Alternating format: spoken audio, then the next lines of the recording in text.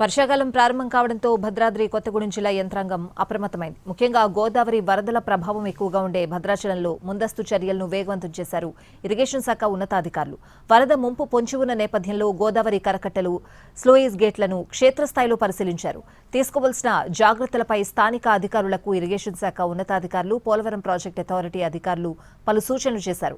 ఏటా వానాకాలంలో భద్రాచలం వద్ద గోదావరికి వరదలు రావడం సహజం. ఈ సీజన్లో ఎలాంటి ఇబ్బందులు తలెత్తకుండా ఉండేందుకు ముందస్తు చర్యలు చేపట్టారు. కరకట్టలో ఎక్కడైనా బలహీన ప్రాంతాలు ఉన్నాయా అని పరిశీలించారు.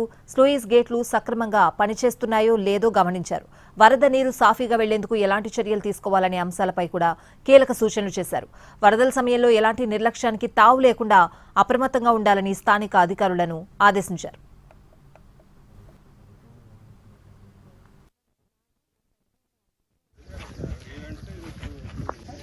ఆంధ్ర నుంచి ఒక ఇంజనీరు, తెలంగాణ నుంచి నేను ఒక మెంబర్గా, ఒక చైర్మన్, డైరెక్టర్, డిప్యూటీ డైరెక్టర్, వీళ్ళతో మెంబర్స్ వేసి 8 స్లూయిసుల గురించి భద్రాచలం పట్టణానికి ముప్పు ఏముంది, ముందు ఏం చేయాలా, ఎంత మోటార్లు పెట్టాలా, ఎంత హెచ్పి, సబ్ స్టేషన్లు ఎట్లా పెట్టాలా, వాటిని డీటెయిల్ గా అధ్యయనం చేయడానికి వాళ్ళు ఒక కమిటీని ఫామ్ చేశారు. దాంట్లో భాగంగా ఇది మొదటి విజిట్ అధ్యయనానికి టీం రావడం జరిగింది. ఇప్పుడు అన్ని స్లూయిసులు పరిశీలించి వాటి మీద చర్చించి 2 రాష్ట్రాలు ఇంజనీర్లతో, మా చీఫ్ ఇంజనీర్ గారు, ఎస్సీ గారు, వాళ్ళ ఆంధ్ర వాళ్ళు, పోలవరం ప్రాజెక్ట్ అథారిటీని ఒక ఫామ్ చేసింది సెంట్రల్ గవర్నమెంట్. దాంట్లో వాళ్లతో పాటు అందరూ స్టడీ చేసి న్యూట్రల్ గా ఏమేం చర్యలు తీసుకుంటే దీనికి పట్టణానికి సురక్షితంగా ఉంటుందా అనేది అది